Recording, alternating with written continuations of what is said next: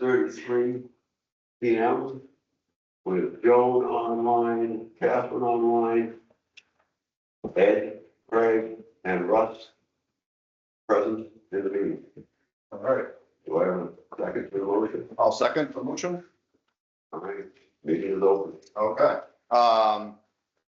So the first item on the agenda is, the treasurer's report. Joan, do you have any updates for the treasurer's report? Down there in sunny Florida?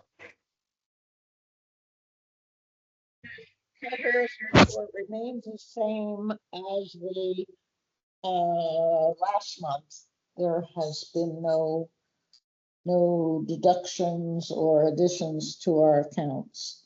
No additions? No, Okay. Sounds good. The next item on the agenda is the secretary's report. I read that the other day. It looked wonderful to me. Did anyone have any changes or updates for the secretary's report that they'd like to include? No, not I. Okay. I'll make a motion Aye. to approve the minutes as. oh, Joan? I did send a comment to Catherine about my addition at the end of the meeting about my conversation with Dick Henderson. I never had a discussion with Dick Henderson. I was told in a conversation about Dick Henderson and his feelings about the common. So I don't know if she will put that in the. Yeah, I'll change it. Okay. I saw your okay, correction, Joan. I'll change it. Okay, okay. Just want to make sure you saw that. Yeah, Thank you. thank you for saying that. Okay. Okay. Getting an echo here. Also, I'll make a motion to approve the secretary's report from February. Can I get a second? Second the motion. Okay, all those in favor? I, I, Aye. Aye. All those opposed? Okay, carries unanimously.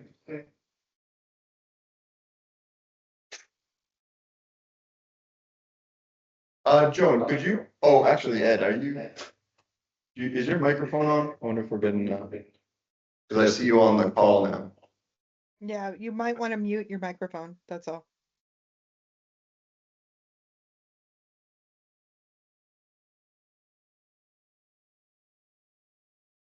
Okay, so the next item on the agenda is the Historical Commission mailbox. I checked that this afternoon. There was no mail in the mailbox.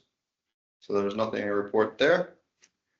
The next item on the agenda is the 8 Maple Street demolition. I think we might have a member of the audience here to discuss this. Yes. Are you Mr. Joseph? Yes, Chuck, Oh, nice to meet you. I'm Craig Weinfuss. nice to meet you. You can take a seat if you'd like to.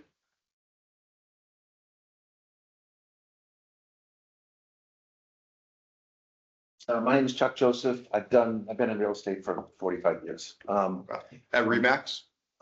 Yes, I own this office and a bunch of offices, but I'm doing most of my work in Hopkinton. Okay. That's where I live. That's where my kids go to school and so on and so forth. And this property came on the market. We took a look at it, really liked the lot. Talked to the listing agent who is the process is being run by Christopher Crawford's daughter up in Maine.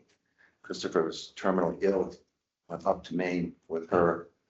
She's been caring for him. Unfortunately, he passed away on Tuesday. Oh, okay. I'm sorry to hear that. Yeah, it's been a rough go for her. So through the listing agent, she communicated and said she would like you folks to know that, because when we entered into negotiations with her, she said the most important thing to me is to have it said this would be this money for lots of reasons. So the only stipulation, the only contingency we put on our offer was that we could get a demolition permit for the house. So that's why I'm here in front of you.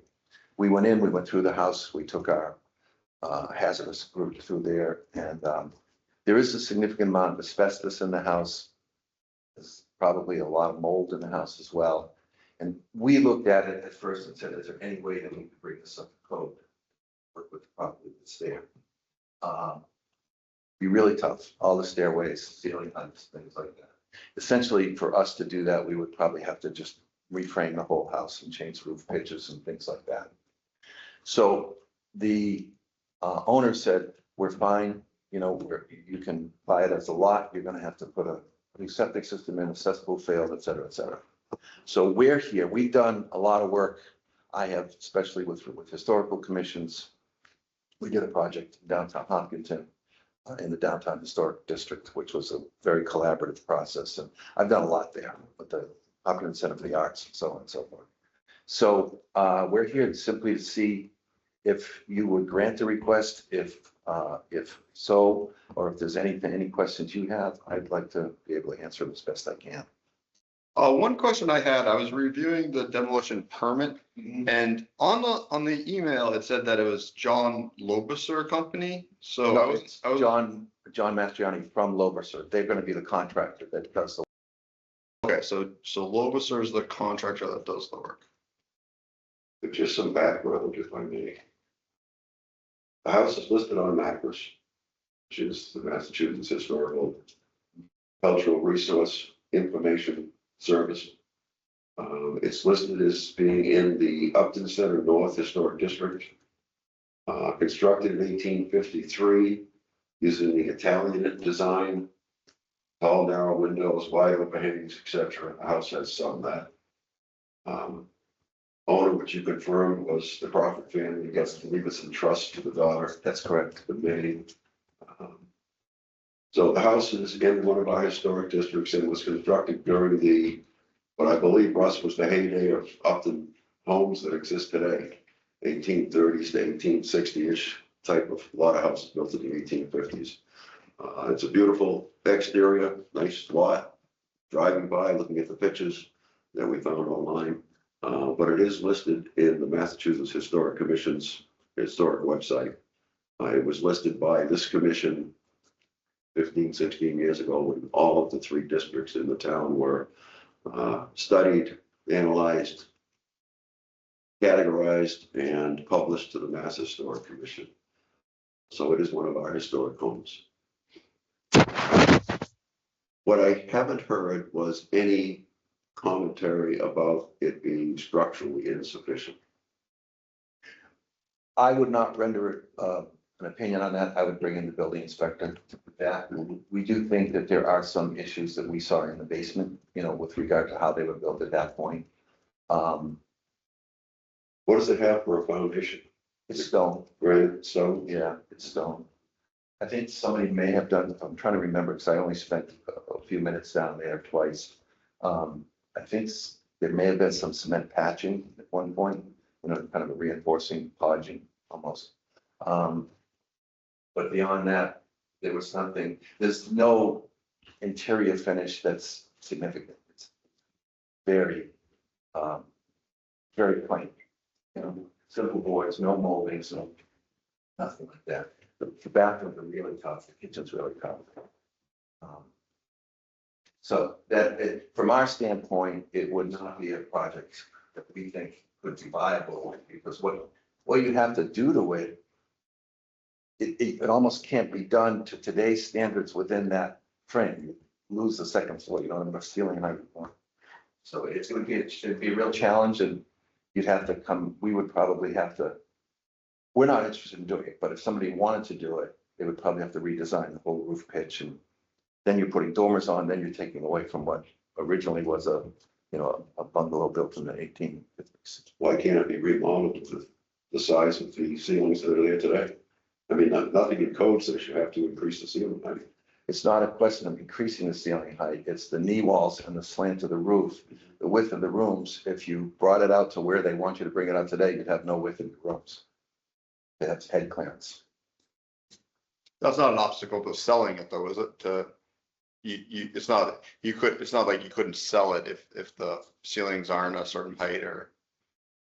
It would be a question of, would the building inspector allow you to keep that ceiling as low as it is there now. And the code says, no, you gotta come into 4 or 5 feet, I forget what it is for a knee wall. Now your room has gotten, you shrunk down to a room that's not really usable. So do you have, are you saying that you'd have to change the ceilings in order to sell the property? Or, I think you'd have to change the wall to get to the ceiling height that's acceptable. and that's a prerequisite to selling the property? It depends on the building inspector. Building Okay. inspector makes all those calls. The local building inspector. Okay, that would be John. And in conversation with him this afternoon, he has none of that information. So he says, all I have is a request for a demo permit, and that's where it stands. It goes to us first. Okay, well, we should ask him about That's what he said, that. come to you guys first. We could have him look at it. When was the last time the house was inhabited? I'm not sure when Mr. Crawford left the house. He's been in Maine for a fair amount of time. I didn't inquire as to what those timeframes were. I happen to be a neighbor, Chris Roberts.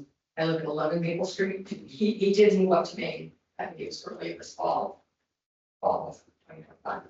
So you think the house was inhabited a year ago? No, yeah, it was inhabited probably over the summer. He was there.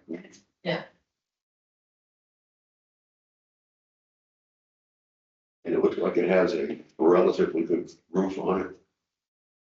Yeah, I didn't see anything wrong with it. Like it was replaced in the last 10 or 15 years. Is there a garage on the property? No, I think it's a shed though. Shed. And it's 3/4 of an acre Yes, approximately. yes. And the house is good size according to the. 1,400. 2,000 square feet. No, it's not 2,000. Less, Yeah, it's 18,000. 1,400. 1,400. Yeah, I think it's 1,480. Yeah, I saw a number of numbers and somebody said they may not all represent the size of the house. Yeah. They were listed on some site that DPW showed me. Okay, well, does anyone else have any questions? If not, maybe we take it into consideration and, report back at the next meeting. You have a question, Joan? Yeah. From what I can hear, a building inspector has never looked at this. So we're just going on what Mr. Joseph's visual assessment of the house is. So I don't know, how can we make a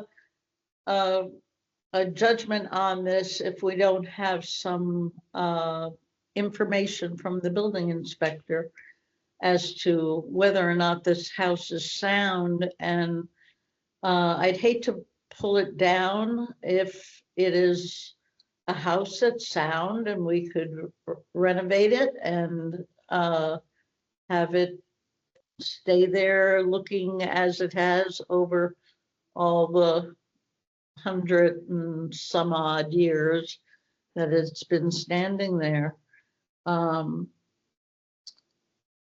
So that's my question is, can't we have the building inspector check this out and give us a report as to whether or not it's a house that should be torn down? I mean, is it dangerous? It's a beautiful home. And from what I hear, it has a lot of square footage in it. So it's not a teeny weeny little house. So things could be done on the interior to update it to standards of what people would expect for a house today. Yeah, That's all. absolutely. I think that's perfectly reasonable, Joan. I think maybe that's the next step, is to reach out to the building inspector and ask him to review it and report back to us, and then maybe we'll have a decision for Mr. Joseph during our next meeting. Does that sound reasonable? Denise, did you have any comments? No, it's just here listening as Okay. in a butter, and I grew up on that street, and I love this house. I hate to see it torn down. Oh, I didn't know you grew up there. Yeah. Oh, okay. 11 Maple Street. Well, I think the next question is, so as a realtor, you're interested in acquiring property. To what end? To tear it down and build something? For this particular property, I don't For think, this particular property, that's all we're talking about. You're. oh, we would sell the house. Yeah, we would build a house and sell a house. And tear it down and build something new, which is Yes. gonna be cheaper than any restoration work on the existing house. Depends what somebody tackles in that house, you know? It would be, in its current layout, it would require some significant work, structurally realigning rooms, et cetera. And meeting the code, you know, that we have to meet today. Assuming the building inspector is going to tell you that you have to meet these codes, you have to shrink the rooms, you have to put in knee walls and all that good stuff. And I'm sure you're saying that from experience.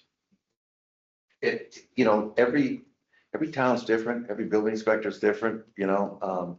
I'd love to go through the house with him and just hear what he has to say, you know?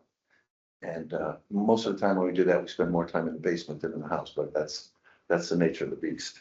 Well, I don't know if it's, Craig, our responsibility to notify the building inspector, or if it's his to come back with a better argument and more details. Is Because being the building at inspector? this point, you've got Joe's questions online, we have a neighbor, we've got our concerns online, that you have a beautiful house that, unless somebody tells us otherwise, is structurally sound, and it's 175 years old. And it's our view, of course, that we want to preserve our historical infrastructure. It's not only that, it's listed on the Massachusetts Historic Commission's website as a historic home. And to come in and say, I'll buy it, I'll tear it down, I'll build something that probably doesn't fit the neighborhood. Well, we would fit the neighborhood. Well, the pictures that you sent didn't look like they fit the neighborhood. We would, again, I was asked to send some evidence of what we've done in the past. We haven't even designed the house for this property yet. Because we didn't even know where the septic system's gonna go. Yeah, and I think we'd certainly like to see the designs of something to replace it if we were to, you know, vote in favor of a demolition permit, so. At this point, I think, Craig, we've taken under advisement. We can have a discussion later in tonight's meeting about what our thoughts are. And get back to you at the end of, you know, the night with where we stand, whether we have a decision or whether we're gonna wait for more information to make a decision. I'd be happy to reach out to the building inspector and schedule a time to go through the house with him and have him get back to you. That's. Is this demolition permit been filed with the town? Yeah, we filed it with the town. Okay. And we were told first step is go to historical. Yeah. So I'm here as first step. Yeah, we have a demolition delay Yes. for 1 year. Yep. So we have to make a decision with, I don't know what the law is. 30 days, 15, 2 weeks. I don't remember what the law is now. We have to make a decision. The first step is to decide whether it is historically significant, whether it meets the qualification for historically significant, which it does on the basis of age. So that's our first, like, start our chain of events. The timer doesn't start until we've even done, but we have to make that determination, I think, but within a certain number of days. But then there's like subsequent numbers of days for a hearing and etc. And then at the end of that hearing process, we decide whether we want it to have a demo delay or not. So this is not, that's not how the process works. It's like a multi-step flow charty sort of process where we have a certain number of days to decide if it's historically significant, and we have a certain number of days to hold a hearing that has to be publicly notified, and then, like, as a result of that hearing, we decide whether we want to put the demo delay on it or not, and then we put it on or not.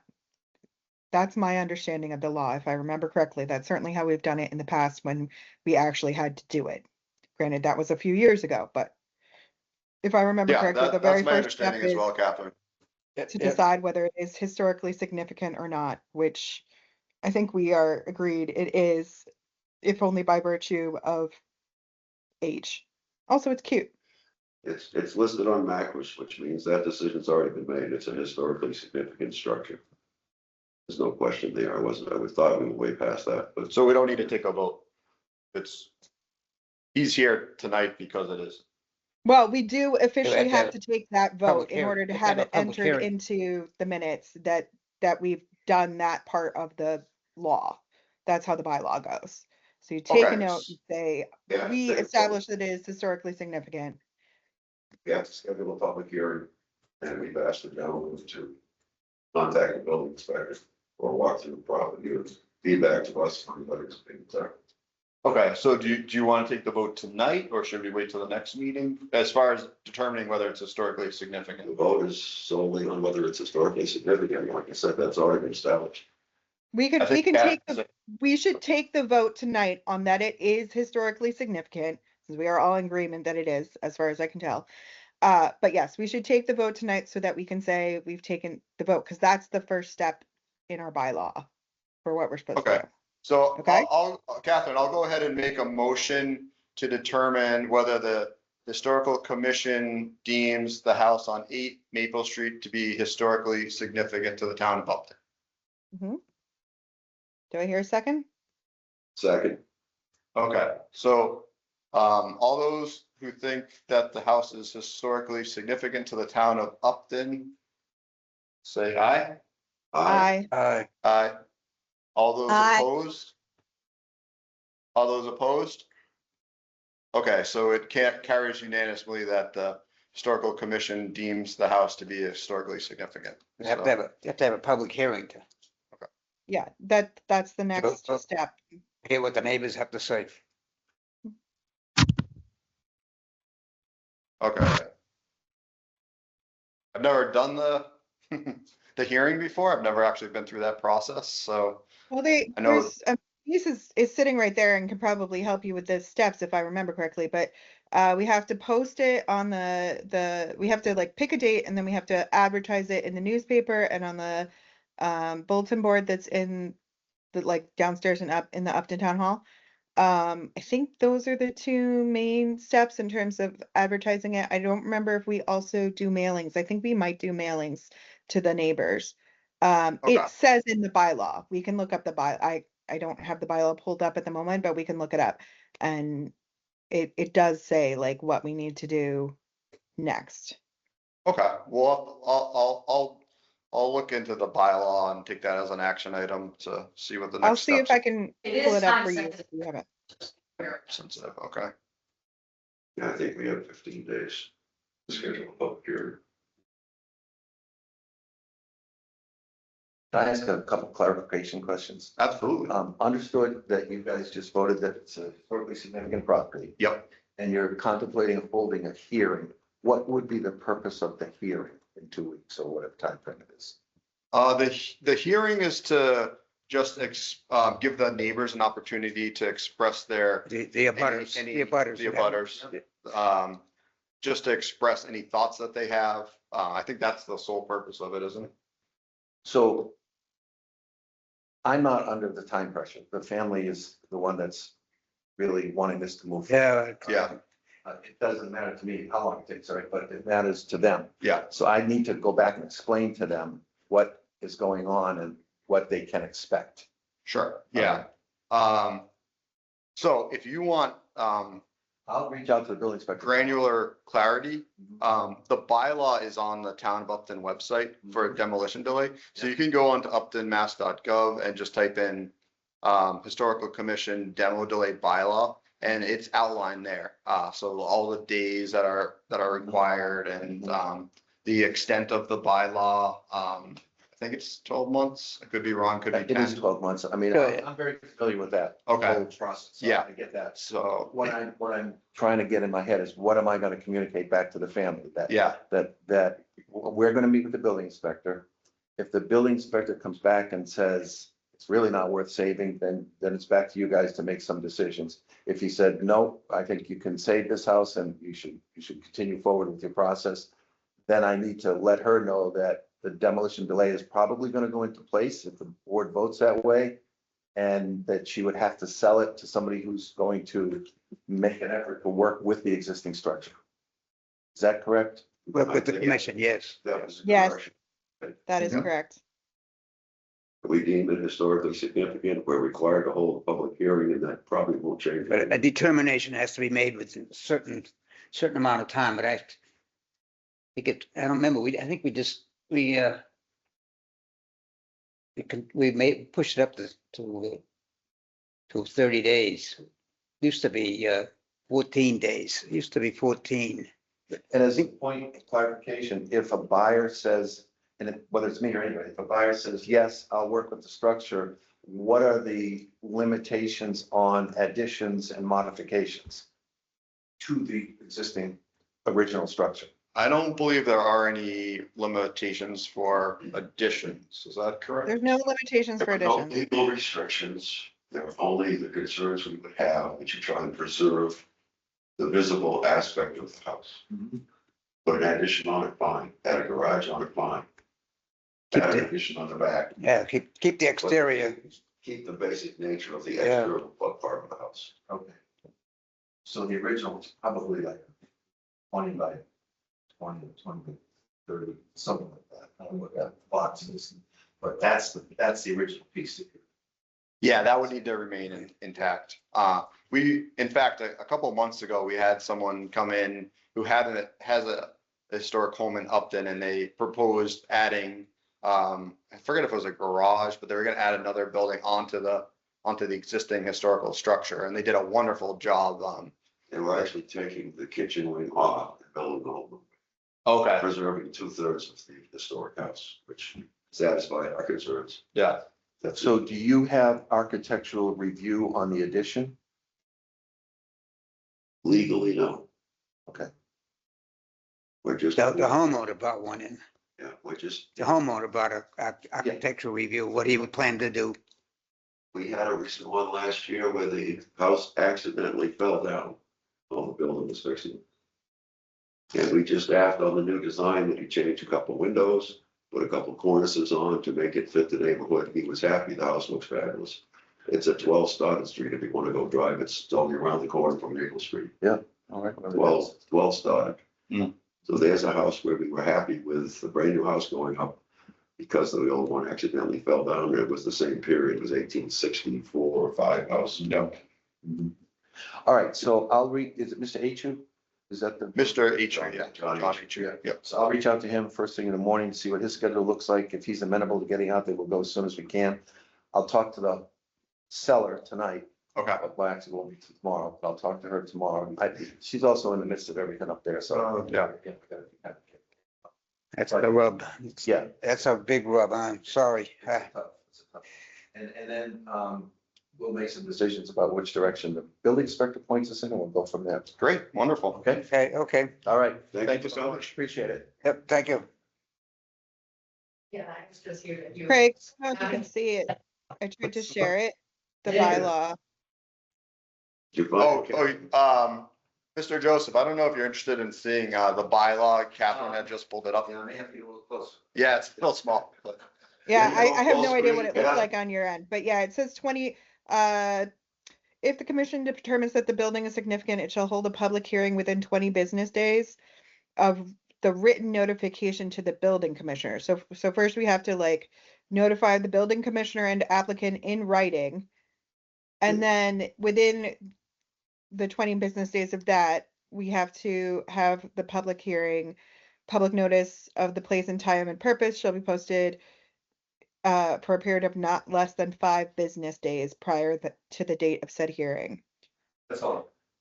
Pretty standard. And then we have public hearing or within 10 business days after the close of the public hearing, so that's 2 weeks, whether the building should be preferably preserved. Got it. And that's then you put on the demo delay. Or you Thank you very decide not much. to, in which case they can do it. All right. Take great, care. thank you for. Okay, thank So you. that's the timeline. Catherine, could you email that out to the historical commission, just so we have it? Yeah, you reminded me that it was linked on our website, so that's where I got it from, but yeah, absolutely. Oh, it is, okay, cool. Yeah, I mean, you were right. There is a link to, I think it's still, I don't think we've altered it since 2024, so as far as I know, it's still exactly as it was linked, so. So it looks like, Craig, you have to select a date, send an email to John H.U. And the Ellis. Pardon? And the applicant. And the applicant notifying of the date, the time, and why we're holding the hearing. to allow public input. Okay, email applicant, email Mike A, town manager too, or, So to say, okay. John. John A. and Mike A. Oh, John A and Mike A. Oh, I need to know. Yeah. So I'll email them, let them know. And let And you them, got 20 business days, which means you got a month. 20 days? Yeah, 8 business days. Only business days, 3 weeks, yeah. show the hearing. Only has to be posted for 5 days. They have to get a newspaper. So, Catherine was saying that I think it just has to be posted on the bulletin board. Well, in a Well, conspicuous it says town hall. posted in a not less than 5 days. conspicuous place in town hall. It doesn't say that it needs to be in the newspaper. There have been other times that we've done things in the newspaper, but that's not actually in this bylaw. It just says in a conspicuous place in town hall for a period not less than 5 business days prior to the date of said hearing. so you would post it with my office and then we would post it on the little board outside my office and we put it on the website. Okay, Yeah. I don't see anything else about notification that we have to do. Have to do it, put it in the paper. You do? no, it sounds like we don't. Oh, okay. Yeah. Oh. Yeah, it looks like it's not in there. That and we had 30 business days to decide like once he contacted us, it says the commission shall within 30 working days following the filing of some such petition determine if the building is historically significant. And like we only meet once a month, so that's really like at your next monthly meeting, but it is interesting. There is a little piece that says, should the owner fail upon request to provide the commission with sufficient information, the commission may deny further consideration of the petition for a determination of applicability. So that's useful in the future to know. Yeah, Like when basically, people- I have asked the building department for a demo permit to tear the house down so that I can purchase it from the family with only the idea that I'm gonna build something new. Now, I guess that says we weren't provided much information at all about anything, other than the first take, which kind of strikes me as strange, and I don't think he clarified it is. So why would you spend $500,000 or whatever the number is to tear down and throw away half that cost? Yeah. By telling us that maybe it's too difficult to modify what's there. Right. Well, he I doesn't don't- want to. He thinks he can build like $1 million house on a like lot, and it's like 3/4 of an acre, and build something fancy on a lot Well, there, I guess. Or Catherine take that one step further, or he could build a multi-family unit for $1.5 million and because it's Yeah. a 3-foot lot, and I'm sure the zoning is, residential. Strictly Oh, yeah, residential in that neighborhood. Single residence. Single residence? A. Yeah, I think it's an SRA. I don't think it's not in the business district. It's too far down. So I don't But- think it has But he can the see multifamily subdivide by the lot. right. Yeah, because SRA is a quarter acre. So he can subdivide the lot into 2 Yeah. lots more. Mine's just under half of it. You know, like what we could. Divided the 2 lots and build 2 homes, sell each one for. That's mostly what I hate to see this up and down, Yeah, Yeah, I think it's a beautiful house. but, and I understand the problem, I mean, I know the feelings. Yeah.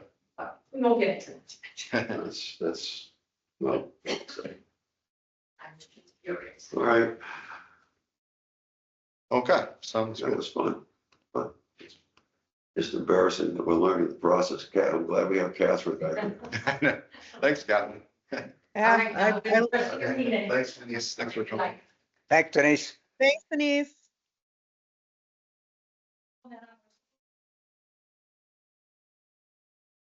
That before, who remembers it all? I know.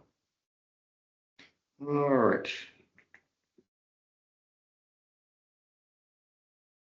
just looking through my notes here.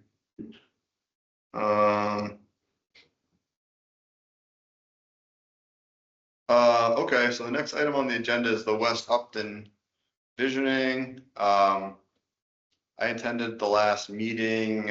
We walked through a pamphlet that they had provided to us where we had to enter comments about what we thought should happen in the West Upton area. There are various questions covering all sorts of different topics. Zoning was a big issue that we discussed for quite a while. They're thinking about redoing the zoning possibly for the better, in my opinion, making those Knowlton Racine buildings, those Victorian buildings along Route 140 to be single residential instead of commercial industrial, which is what they're currently zoned for. So that was the main topic of discussion, but we covered a lot of ground. I think there's going to be another meeting. I think it might be the final meeting where we hash out any additional comments that were provided, and then I think they'll vote on the plan for the West Upton visioning. So that's that. The next item on the How long agenda, is the process expected to take? I think it's wrapping up now. I think it's only another month or two. And they're gonna publish a report at the end of it, or? Yeah. Though I think at the time we have to vote on it. So, yeah, How long? there was some things that I disagreed with. They had proposals for something called infill housing, which infill historic housing, which means trying to squeeze housing in between historic homes, and that didn't sound very good to me. And I told them to my opinion is that should just take that off, because I don't think we should be doing that. But there's a discussion with Dan Lazars about whether that's appropriate or not, and he thinks it's a good idea because he's trying to meet the affordable housing rankings, but I don't think it's, I don't think. Which, I mean, like, it does sort of matter then, like, which homes you're talking about. Are you talking about, like, up the hill behind the Knowlton Racine fancy houses, or, well, not Knowlton Racine, Knowlton, just the Knowlton houses, that are now apartments and like maybe had bigger lots and had like carriage houses but don't anymore, and you can shove something back. I don't know how big those lots actually are. You could shove something back there. Are you talking about the other side of the street where it's like, a house next to house now next to house? I don't know where you'd shove anything. Like, there's not that much space that's not on the top of a granite, like, little mini hill thing at back there. Exactly, yeah. There's like it the would- spot it where would the be kind of- bear likes to hang out, and the factory, and like houses on either side of the street pretty solidly between there. Exactly, yeah. So to me, it doesn't really make any sense, but to answer your question, it kind of, to me, from my point of view, it seemed like they're kind of opening a can of worms to let people be kind of creative like that. So if you happen to own one of those Knowlton Racine buildings, you could squeeze another building behind it, and I don't know, it just didn't seem like a good idea to me. It seemed like it was opening the door for things that we don't really want in our historic district. So that's why I had asked to remove it from the report. So yeah, I just don't see anything good coming of that. So. But I think there's going to be another meeting. So if anyone wants to come and attend, they're more than welcome to. And if you want to add any comments to their report, you're more than welcome to, and they'll discuss it during the next meeting. I entered a bunch of comments onto their form about things I didn't like and things I did like. So the more support that we get for, preserving the historical districts on that form, the more likely we will be able to include that into the report. So if anyone's interested in entering their comments, I'm more than happy to forward the form to you guys. So just reach out. Can you see what I just shared? Yes. Because this is West Upton. That's 140. Centennial Court's over here. The big houses are the Knowlton houses over here. And you can see there's like this big lot that says 10 on it. Yeah, Obviously it has something on it, it's owned by somebody, but like there's some lots that have space, obviously. So if they were trying to shove things back there, then that would be one thing. But admittedly, like there is a hill there. The gray parts are places where it's steep, so or the grayish greenish parts. So it's not like you can just it's not flat land that you can just slap something down on and call it done. Yeah. Um I I don't know who owns that property either. I'm not I don't know well, if I that's mean I can state find forest. out. Where's that? No, it's not state forest. Let's Huh? see. Does it have a Trying to mailing remember the address? name of the road. Carriage? No, is it? I forget what the name of the road is. It's right across from directly across from Millhouse Apartments. It goes up that hill. 143 Main. Oh, Upton, oh, LLC. Carriage Hill or something? Yeah. No. Had a weird name. Lodge Avenue? This Right one? across Are you from- talking about this oh. one? Across from Millhouse. Oh, Yeah. Lodge Ave. Lodge Ave, yeah. Yeah, because it goes right That's a by dead the end. It's a yeah, dead end, it but yeah, it on the only has it has screen- like a few little I houses can't see it. Goes on around. it. Yeah, this one. the big plot of land back there, that's lot 10 that, can you show lot 10 again, Catherine? Yeah, Oh, Sure. that's it there? So yeah, this is Oh, lot wow. 10. You see this guy? So that's owned by somebody because it's got a number, so it's being assessed. There's no But frontage. yeah, it has no frontage. It would have to It's get almost landlocked. well, and it looks real steep. Like it would have to get off of something else. I don't know where you'd put it from. You know what I mean? There- Like I don't know if you can extend Lodge Avenue up into there. Like it would really depend on the terrain. There's clearly something back there. I don't know what even is back here. If that's like it doesn't say like what it I is. drove to the end of that Lodge Ave and there is a house at the very end of it. So maybe that's like their driveway. Maybe they have 10 Lodge Ave, but it's not showing up as a road because they have a driveway off the end. Yeah, You know what I mean? Because it looks like there's a little divot right here. yeah, Usually that's what it is in the topography. So like that's a nice big lot. They could build something back there if they bought that. Yeah. If whoever wants to build things wants to build things there. I don't love it. They probably have a bear in their backyard, but like I'd rather that than trying to I don't know where else you'd shove anything. There's just not it was the main street. Right. Like there's just not more space. yeah, and Catherine, that was my point at the meeting, because they were trying to advocate for more housing in West Upton, but I was making the point that there's a lot of housing in West Upton. We have the 40B, we have Mill House, we have the Coach Road Apartments, we have the apartment house across from Mill House. There's a lot of housing in West Upton currently. There's a lot of apartment buildings to the right of Mill House. So I don't know, that's why it didn't really make sense to me to put more housing into an area that's already crammed with housing, especially with this infill concept, which didn't sound like it was something desirable, so. I mean, it would honestly for me, it would honestly depend about like where you're talking and what kind of housing you're talking. Um, I don't mind things that are already built up getting more built up in that it makes the areas that are more rural stay more rural.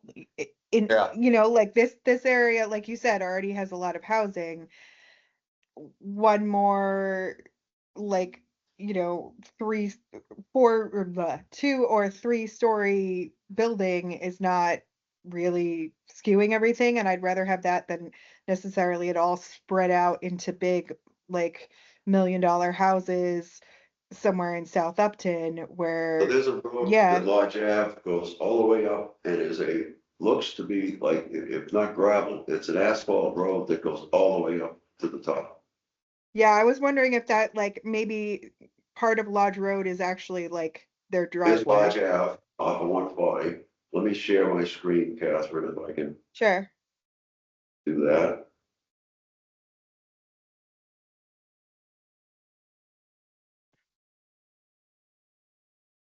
But yeah, sorry, to your point, Craig. I I I think it's a good point about commenting on their things and um we can look into it. Okay, I'll take that as an action item to send that out to the historical commission. All right, so Lodge Ave is showing right now from the left, lower left up to the left center. And if Yeah. you continue up the hill or whatever the property is, there's a paved road. Yeah, that's, I think 10 Lodge Ave, and I think that big road is actually technically their driveway. And the trees are cleared. Must Trees be look nice. There's a few almost houses cleared all the way in back this to town here. that I'm like, wow, you have like a manor on a hill. Yeah, We don't even know it's you're really there. nice up there, actually. I didn't get a warm fuzzy feeling when I drove up there.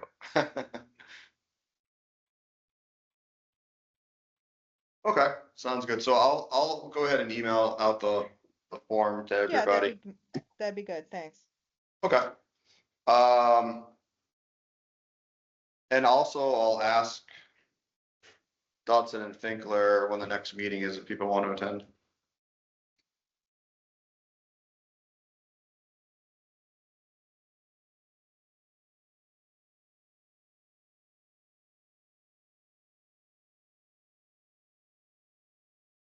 Okay, the next item on the agenda is the select board, oh no.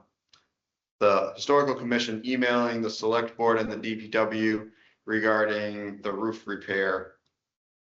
And having a workshop. Oh, I think we were talking about having a workshop with the select board and the DPW to discuss using the money that's already been allocated to repair the roof. So,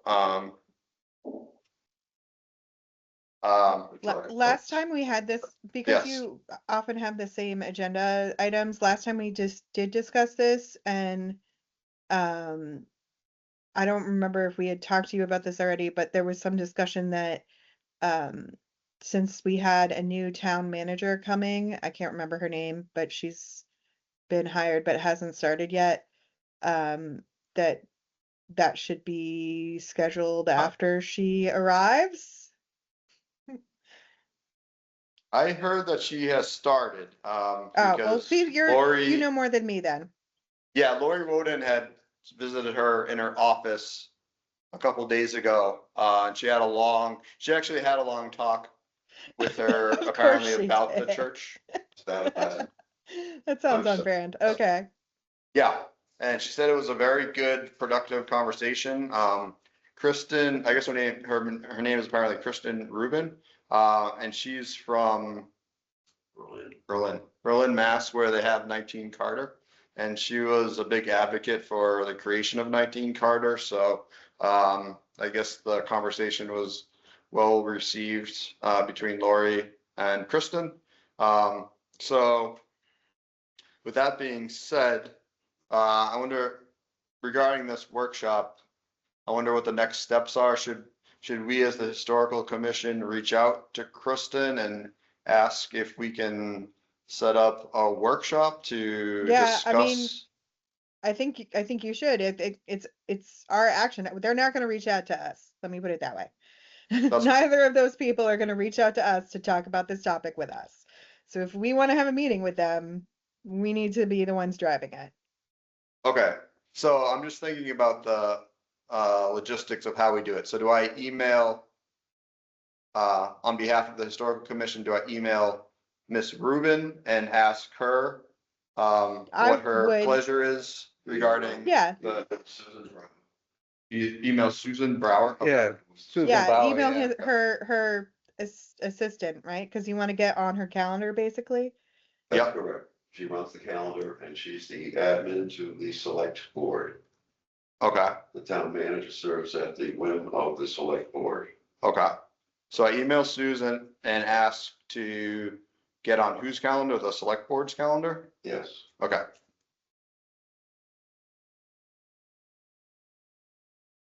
For a workshop to discuss the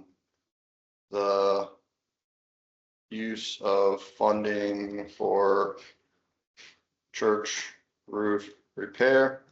And do we need to ask Susan to also include Kristen Rubin on this workshop and also the DPW? Or is the DPW out of this at this point because No. Dennis is no longer the, Is a central player because Okay. they are the ones responsible for maintenance of the public building. okay, so we want to So include, I would copy Mr. Westgate on your email. okay, so copy, The commentary is possibly going to be, she is 100% engrossed in town budgets, which are top priority right now, and will be for several weeks, probably till town meeting, okay, which is still okay if we were to have a meeting late May or early June. It's plenty of time to discuss it, come to some kind of consensus about what the selectmen are gonna support or not support, and get that roof fixed. okay, Now, I probably shouldn't say that out loud. It's their place to say it to us that they don't have time to do this right now, but yeah, I think the longer we wait, the further that meeting gets pushed out. exactly. Okay, that's what I'll do. I'll take that as an action item. We'll get this ball rolling, because I know it's been rolling for a long time. And it's gathering some moss. Okay, so on to the next topic. It's the first cemetery updates. Ed, do you have any updates for us? No. I expect to go a whole meeting without, let me see if I can share my screen, but I can't find the right screen to share. Right, Can't find the right screen to share. no.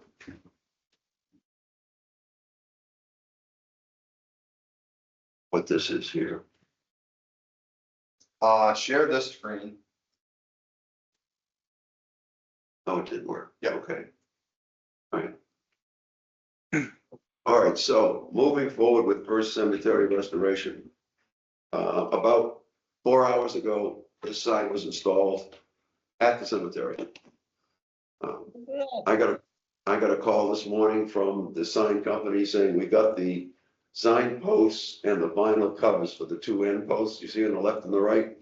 They were supposed to be West Winchester gray, which was supposed to somehow complement the background of the sign, which I changed to gray to match the vinyl posts. So those two posts are Winchester gray, which if you stand next to them look dark brown. Since there are no other options easily, readily, and fiscally available, I said, you know what, my goal was that those posts blend away and into the background, and I think they suit that perfectly. Almost look like a couple tree branches. So that's the sign, and for input from Russ, the sign that he bought for the Grange last fall, at the bottom, funded in part with community preservation funds. I simply added it to the sign quote and said, we won't bother the CPC with adding a sign after the fact. Let's put it up at the front of the restoration effort. So that whole thing was $75 at the bottom. Oh, okay. That looks great. And I think they did a fantastic job. Yeah. Secondly, thank you. Secondly, I asked them about the replaceability of that sign. If it gets vandalized, damaged in a storm, fades away, whatever. And he said it's simply printing a new label and putting it over that one. Oh. So it would be dirt cheap, easy to do, and they've got the file. Wonderful. One of the owners of Sign Plus said, in direct sunlight, the sign should last 7 or 8 years. It will fade. Okay. So if it's, $100 or $150 every 7 or 8 years, I think that's still wonderful. Yeah. I told him I was looking for a sign that would last 200 years, but I'm a realist. So that's the sign. I encourage everyone to go down there. The road is now becoming navigable Okay. as of this morning. It wasn't Tuesday, but it was this morning. Okay. And they were able to break the ground, and they did pull so it was almost like they were in there digging a grave. That boulder right at the bottom in the front, they had to pull out of one of the holes, and that is a huge boulder. I don't know how the two guys did it to get the post in, but it's just inside the entrance. And you can actually see it from Grove Street, driving up Grove Street right now. Oh, that looks fantastic. Yeah. That's a great job. Thank you. Yeah, I like it. I know Suna got home this afternoon from those guys installing it. I got a phone call from Mr. Fence. They're gonna be over mid to late next week to install the gate, the new gate. Oh, okay. Oh, wow. So I will show them exactly where I want the gate to be put, and we'll get a gate in. Okay. And after having been over there this afternoon and seeing the ground is now, the snow is melted in the cemetery, I will call, David O'Brien, Oh, O'Brien, yes. David O'Brien, and schedule a meeting with him to talk about plantings and other cleanup things that we think we can do this spring and try and get that started. Wonderful, That whole activity started. fantastic. And finally and lastly, I spoke with Dennis Westgate after lunch. He's home with COVID, has been home all week with COVID. Right after I talked to Susan Brower about posting the IFB, the invitation for bid for the headstones. Okay, Fortunately, Dennis wasn't happy. I talked to Susan about it. Said, Ed, I told you we would take care of it. I guess I'm not a patient person.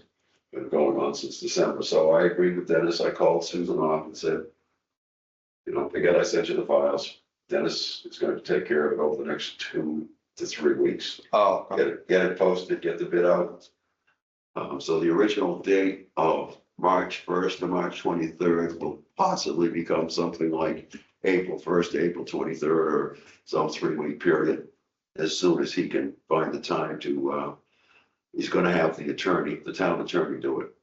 The owner of the town attorney contacted him 2 weeks ago after an email and said he will handle the posting and management of the bid Okay, during the process, so that my name is all over and answering questions. And there's a date on there that all questions must be in, and then we've got to post an addendum, which will be the answer to any questions any of the bidders have on, constructing their bid and what the job actually entails.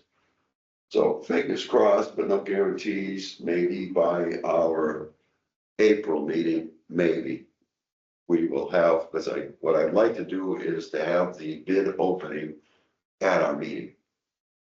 So this commission can look at, all of us can participate in reviewing the bids and making a decision on who gets the work. Hoping there's at least one bid, if not 2 or 3. We've got decisions to be made. So that's bids, men's club looking at groundwork, sign install, gate next week. And I have 99% finished the book. Inscriptions of, let me see if I can bring that up to finish this. Inscriptions of and history of First Cemetery.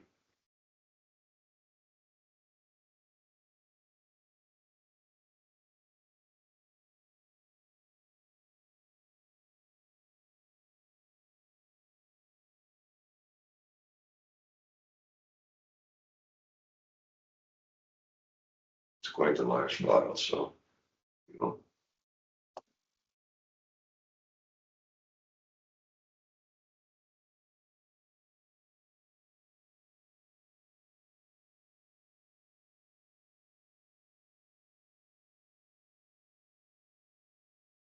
So there's the title of the book, Inscriptions and History of Upton's First Cemetery, formerly called South Cemetery, old burial ground, located about 1 mile south of Upton Center, including the location of the first meeting house.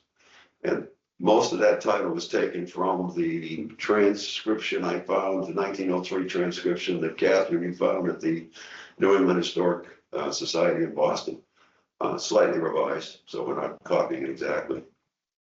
Contains pictures of the cemetery, were taken last year, upper and lower.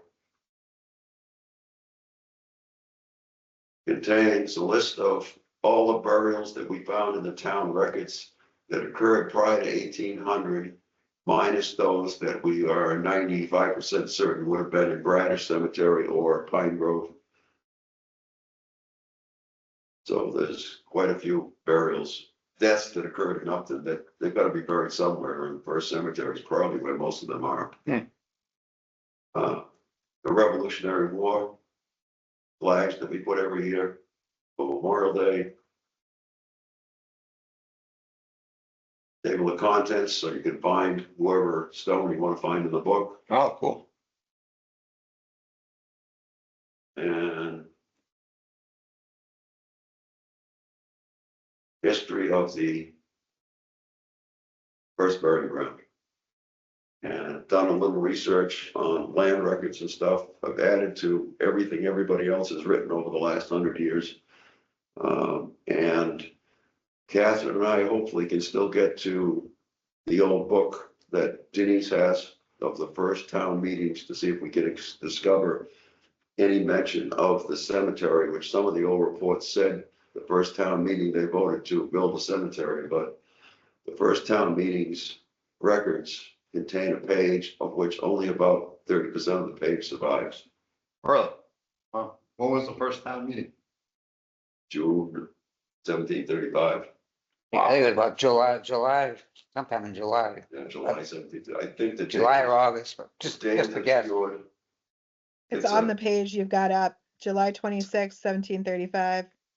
Yeah, it's a page like this with all of that going. So it progressively gets smaller, and there's Article 3 and Article 4, you can't tell what they were. So they could have been at some point readable and no longer survive. I traced the land back to Nahum Hall in 1892. Its heirs were selling the land. And I just discovered a deed in 1888 or something like that, where we sold 2 acres to the railroad. So Nahum Hall owned the land on the north side, the east side, the south side, and the west side of the cemetery in 1892. He owned the entire piece all the way around the cemetery, Okay. but I can't trace it back any further successfully. I have included map from 1798 that shows the cemetery at the bottom right corner in the middle of Dr. Josiah Dean's land, with Benjamin Farr's land touching a corner of it. I've included 2 maps from the Historical Society. The one on the left is the H. Daniel Fay map showing the first church outside the cemetery on the left, maybe barely visible on your screen. And on the right side, I believe, is the Blomquist and Donnan map from about 1980 that shows the meeting house probably within the cemetery. I did find a deed, I did find a mention in, I think it was a 1737 town meeting, that the meeting house was to be built within 16 rods of the burying ground. No further than 16 rods. 16 rods is 320 feet. So that suggests the meeting house was not in the burying ground, but was just outside it on the road, which would support the left-hand map more than the right-hand map. So that whole story of it being in the cemetery isn't true? Just because there's a record that says it's to be built within 300 feet of the burying ground doesn't mean it wasn't built in the burying ground, I don't think. I don't think you can conclude that. Oh, okay. And unless we find another record that says something more, I don't think we're ever gonna know. So it makes a good mystery forever. Unless you can go down there, Craig, and find the foundations. So all that story's been included. Then we include the survey map that we did last January. Gary Aaron Howland surveyed the property with all of the stones. We include the sign postings that the commission, whoever put them up, I think they're on the signs, that are on the boulders right outside the cemetery and right at the end of Grove Street. Those are included. This map will probably come out because it's duplicate. And then each stone is represented with who's buried, when they were born, where they were born, who their parents were, where they died, who they married. Wow. The condition of the stone, the motif of the stone, if we can find a motif. Size and dimensions of the stone, and any repairs they may have done to the stones. That's a lot of work. Everything is footnoted with where the facts come from. And pictures of all the stones. Some could still use better quality pictures, which I found was more than a challenge than I expected it would be. So they're all in here. And then at the end of the book, we have included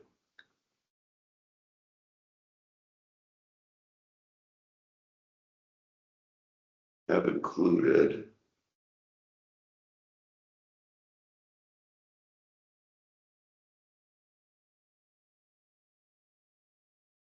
some of these stones are absolutely beautiful too, like this one here, Eliza Ann. Hmm. I think she was a 6-year-old girl.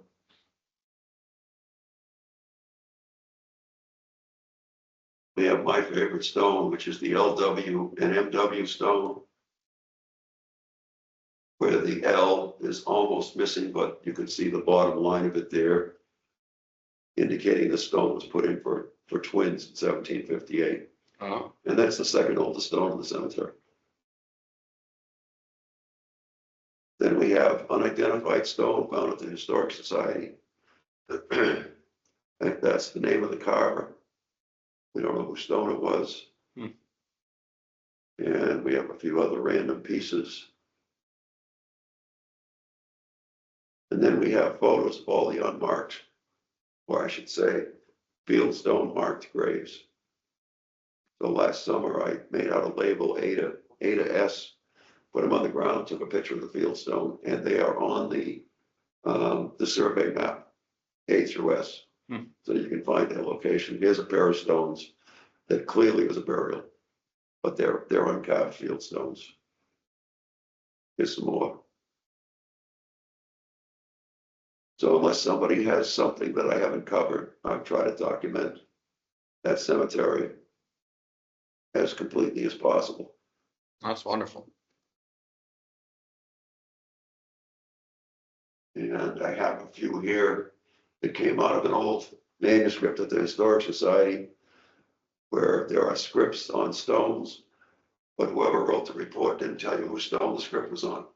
And I've tried to match them up, and I've got, I think 3 left that I couldn't match. And then at the bottom, I put on this page won't be part of the book, but Karen Sprague, stone carvers from Rhode Island, town, I forget, Situate, I think. She's the one that hand carves stones as exactly as possible, $10,000 to $20,000 a stone. Wow. I don't believe she'll get the bid. Michael Angicola, he is out of Bristol, Connecticut. He's the one that bid on the whole program last summer. Hopeful that he gets this bid and gives us a nice bid. And Pumpkin Primitives is out of North Carolina. And I think they do the same as Angelicola. They will, in some fashion, carve a equivalent stone. Their distance may add cost, I don't know, but if somebody's capable, I encourage them to bid it. And it will go to Whitensville Monument Works, as well as anybody else that wants to pull it off the state website for bid. Okay, So that's where we're at. fantastic. Well, that's great work. It is. Oh, Wonderful. You did a fabulous job, Ed. Thank you, Catherine. With your help, Joan's help, Russ's help, Greg's encouragement. Yeah, that looks great. It's a lot of work. excellent. Yeah. Nice I would job, like- Ed. I would like to finish it, but if I could get someone on the town to get this bid out, that I wish had gone out 4 months ago, because I anticipated a better chance of getting more bids during the winter months than the summer months when these guys get busy, Yeah. but it is what it is. I think the bid, the way I wrote it, allows for completion no later than May 15th next year.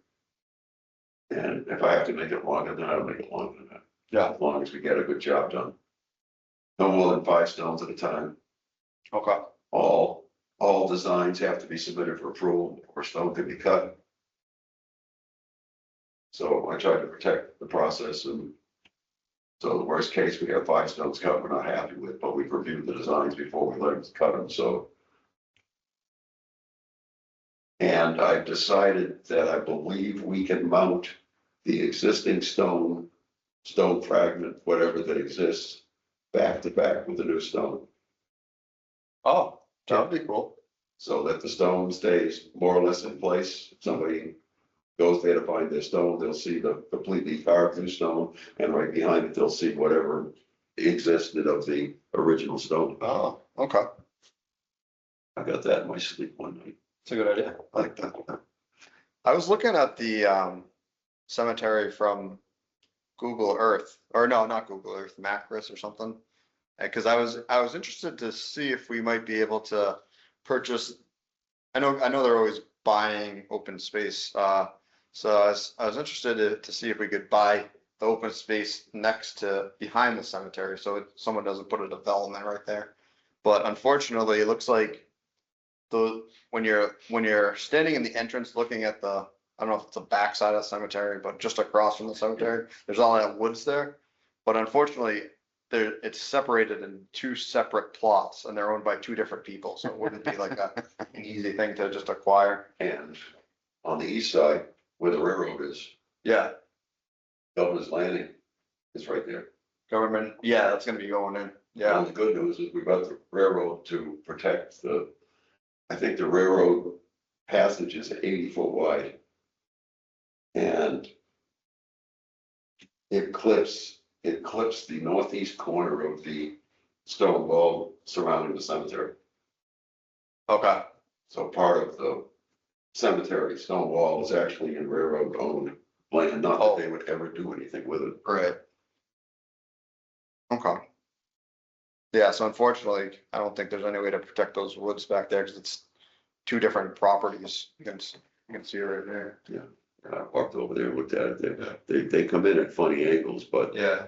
it's interesting that if you look at this line here, this line here, this line here, over to here, down to here, over to here, up to here, over to here, out to here, over and over was named the Hall's Farm.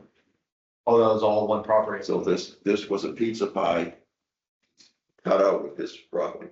Oh, really? Like a window punched through his property, yeah, which I thought was very interesting. Oh, did he own that before the cemetery was in there? No, No. after, long after. Oh, long after, okay. I said, the furthest back I could trace was in 1892, Nahum D. Hall died. And his heirs, his kids sold the land. Okay.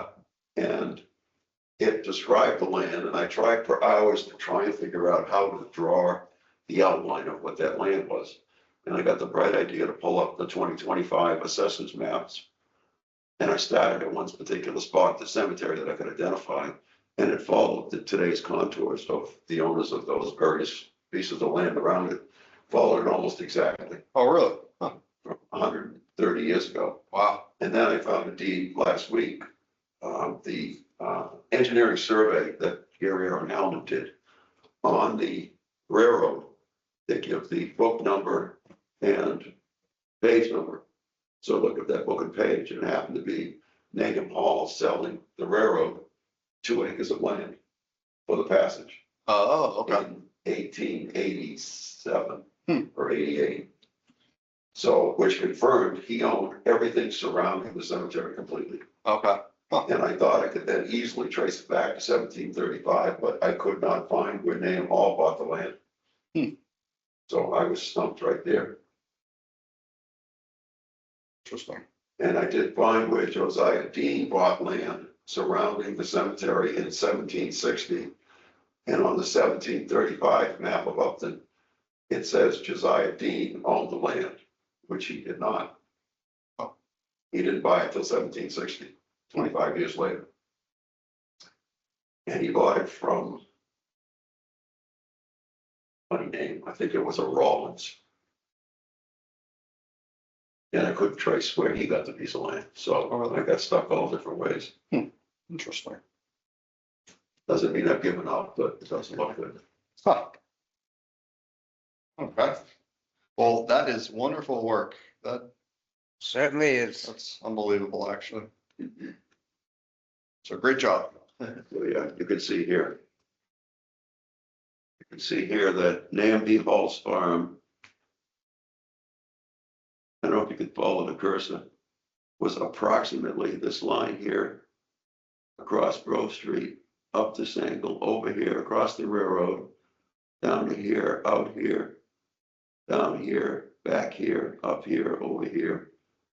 down here, over here, and up around the road. So he owned that entire block, of which the cemetery was a cutout.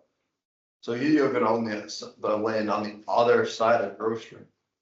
Yes, I think the farm, Russ, was his farm next to where the stone silo? Do you know? But they, Nahum Hall's farm. Nahum Hall's farm. Was it on the west side of Grove Street where the stone silo stands? Yeah, oh, yeah. So his farm wasn't on the other side, on the cemetery side? Must have been both sides. Yeah, well, I mean the land, but I mean his house. House is on the left side there by the stones. Yeah. that's the one that's right on the road there? Yeah. Yeah, so the house was on the west side of Grove Street, the cemetery's on the east side. Yeah. But he owned that whole block of land, that was his farm. That's funny. And I spoke with Evan Chauvin this afternoon. He owns Friendly Fire Paintball. And he said that I should speak to Linda Moore. Do you know if Linda Moore, who owns Friendly Fire Paintball Field, Linda Moore, Linda Moore, if she's a descendant of Nahum Hall? friend of who? Nahum Hall, a descendant of Nahum Hall. Oh, Do you know? no, No, no, I you didn't don't know know. that. I didn't know that. She may not be, she may have just bought he said she bought the property in 2000. He should know, he should know. She's in the house across from the cemetery, and she owns the whole Friendly Fire paintball land. 14 acres, I guess. And I'm sure, well, you're thinking about the other side of the cemetery. Who's to say next week she doesn't come before the commission and wants to put in a development? Yeah. Although Ethan says she is one of these green people, she doesn't want to see her land developed, but Oh. things don't last forever. Who knows where, if she passes away, who it'll go to. I don't know if having been Friendly Fire paintball right next to the cemetery is a good thing either. Hmm. Bunch of guys with too much adrenaline and paintball guns. So. All right, so. Okay, well, What's that's our wonderful. next agenda item? The next agenda item is social media updates. I don't think we have Patrick on the line. Catherine, did you say you had an update for the social media? Nope, no, Oh, okay. I just wanted to move forward. Oh, move it along. Okay, yeah. Okay, yep, so we don't have any social media updates. Do we have any updates for the Upton's 300th anniversary fund? Were we saying we're gonna pass it over to the Historical Society? They were gonna do that? We said that there should be a separate committee that was made of people pulled, selected from the Historical Society and with at least a couple of us from the commission that should be charged with making this happen, making some sort of something happen for the 300th. That was the takeaway from last meeting. That there needed to be a committee whose that was their job. So would the Historical Commission select the people or the Historical Society would select people? I think you want to talk to Scott Garland about that, right? Okay. Since if the bulk of if the bulk of the people on it are going to be society members, just because there's 5 of us and a bunch more of them. Okay, I'll take it as an action item to email Scott and ask if he wants to select a committee for running the Upton's 300th anniversary. Okay, I will do that. Okay, so topics not reasonably anticipated in advance. Does anyone have any topics they'd like to bring up? Not I. Not from Russ. Ed? I had a thought on the earlier discussion with the gentleman about the demo, and I can't remember what I was going to raise. Oh, I was going to raise the question, not proposing any influence or anything negative. Where does our building inspector stand other than on the absolute law of the building department. In other words, would a conversation with him about our desire to protect the infrastructure, historic infrastructure of Upton, be appropriate or inappropriate to have with him before he goes out and says, oh, you can't do this, you can't do that, you gotta tear this down, you gotta rip these walls out. And the gentleman comes back with the exact same comments he did tonight with, you can't fix the house because the building department won't let you. You've gotta I meet feel all like these. that's such a strange thing. Like, I I don't, there's so many older houses in this part of town. How would you ever be able to sell them if you had to bring them up to code? Like, they're grandfathered in. When we bought this house 10 years ago, we had it inspected, but we didn't have to have like the building inspector tell us to bring it up to code to be able to buy it. That's bizarre. Yeah, that seems a little strange to me too, Kath. That that felt Well, like BS I know to me. this, I know there's a requirement that if you go ask for a building permit, that under certain circumstances, and it may be some demolition circumstances, you're required to meet all new codes. Or But whether that's it's the only if you've owner got is it. required to. I think we It, need to understand what that is. my understanding of that, Ed, is that if you ask for a certain percentage of work on your house, and I don't know what the percentage is, but it's like you can't like completely gut your house but not bring it back to up to code. So if you do like a lot of work up to like a lot of work on your house, then there is some sort of level where you like kick it into that you have to bring it up to code. I don't know where that level is. I would have to look up the law, or we could ask him. But just selling the house doesn't trigger that. Deciding that you want to do some work on one thing and then, maybe you'll update the electrical and put in a couple windows doesn't trigger that. So I don't, I felt like he was blowing smoke, honestly. Honestly, it felt a lot like the interactions with the Lobisler guy from before, where he was like, "Oh, well, we don't know what we're gonna do," and then he was just straight up lying to us. Yeah, This Yeah, this we felt wanna the buy same it, way. wanna buy it, we want a demo permit, but we don't know what we're gonna do with it next week. Yeah, right. we don't That's a know what bunch we're of gonna baloney. do with it. We're just gonna tear it down, and who knows what we're gonna put there. But He's been also, doing you this for definitely 40 can't sell years. that because the building inspector won't let you, which is bullshit. Like, so many houses have been sold in this town that if the building inspector could just be like, "No, I'm sorry, it's got the wrong knee walls," then they just wouldn't get sold. We would Right. just that would never happen. So I kind of think he's blowing smoke or misconstruing or whatever. We should And make an effort to reach out to the building inspector. yeah, I mean, To I would want to have him know on what our the real side, lines but on that are. certainly to not operate outside his legal position. I mean, he's gotta do his job, Yeah. but that Well, doesn't like mean he. don't do like what they did that one other time where they were like, "Oh yeah, well, they waited until the guy had already gutted everything, so they had already hit whatever that threshold was, right?" And then we're like, "Oh, well, now you have to tear it down."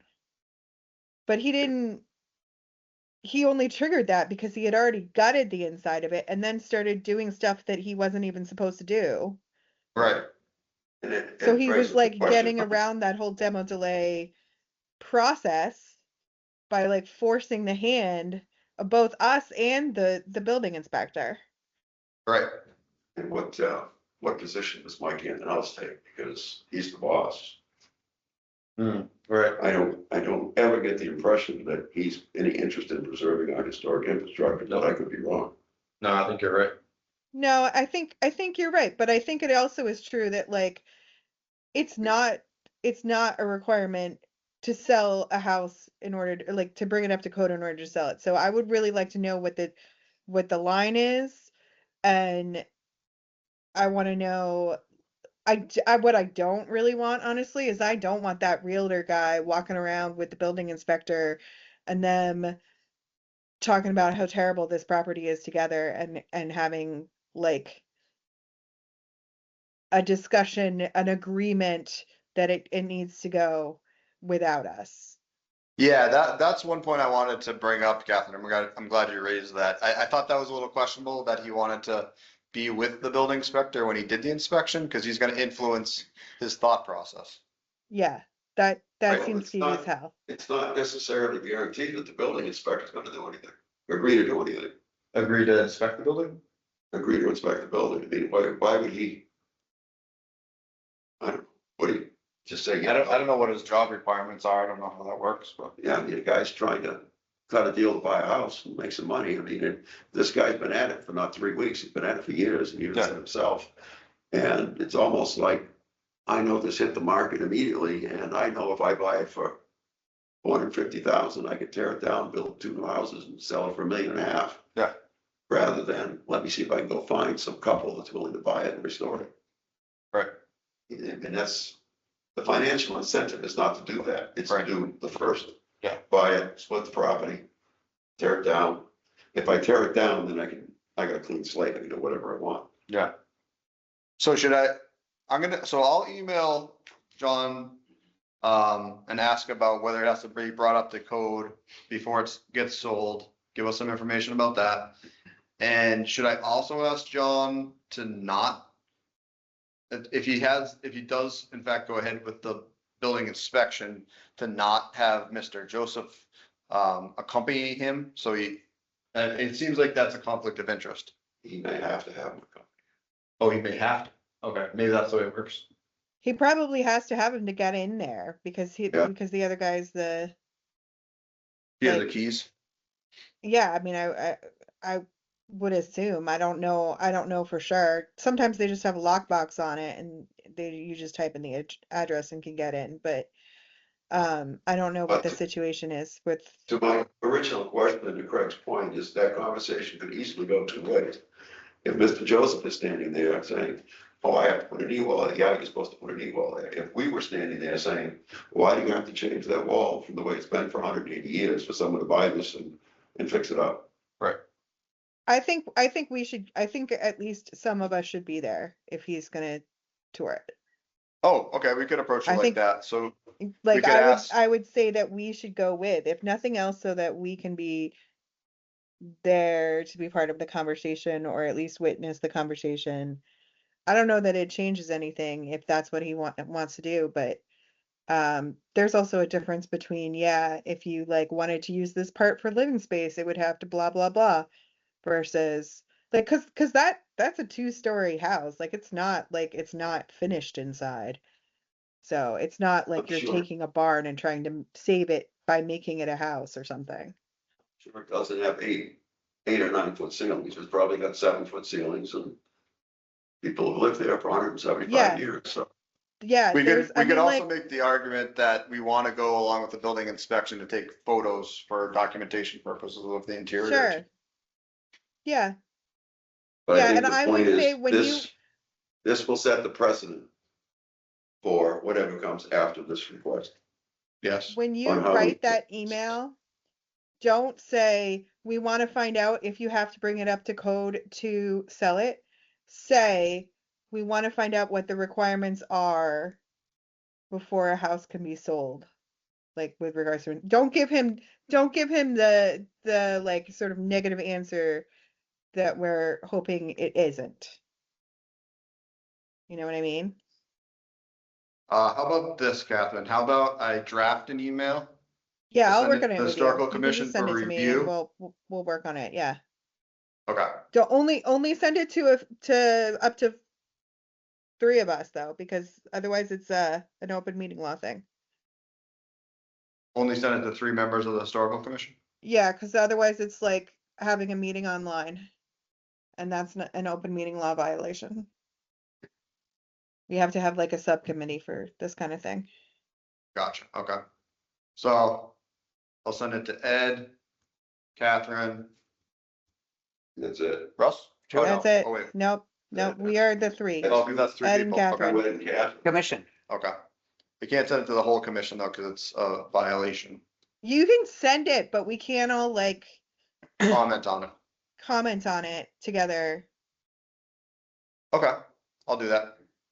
Okay, sounds good. Does anyone else have any other comments they'd like to bring up? No? No. Okay, hearing none, we can go ahead and conclude the meeting, but the next meeting date I have on my notes would be for April 16th. Does that work for people? Because I have, oh wait, oh yeah, I have, I can't do it the second week in April because I have a conference that I have to go to for my work on that week, so it would, I could do it the week after, so that'd be the third Thursday in April. That works, So this- that works for me because I'll be home. Okay, I'll be, you'll be home, okay. Catherine, does that work for you? Yeah, I think that should be fine. Russ, What day is it? the 16th April 16th. Okay, yep, works for you? yep. Okay, But keep in mind that you're gonna have to make that the public hearing. oh, That meeting will have to contain the public hearing, but keep in mind as well, the public hearing is not gonna be more than 5 minutes. It's gonna be, is there any public input to the request to tear down this house? And, you know, if you got two people here, I'd be surprised, and somebody online, somebody might have a comment, somebody might not, yeah. and that's all. it I don't is. know. Last time we had a public hearing, we had like 6 people and we were yelled at for almost an hour. Really? I don't Yeah. think you were on the board then, Craig, but yeah, it was, Joan was there, I think. I It remember was that. about the 14 North Main, John Stockweathers or whatever his name, his Yeah. house. It was like a 1740 house. And the neighbors freaking hated it. And this one guy would not shut up about how the previous guy used to have an oxen who he kept in the backyard and how Oxen? irate it made him. Yeah, like a cow. Somebody used to have a cow in the backyard. You have never heard anyone so pissed off at the concept of a cow.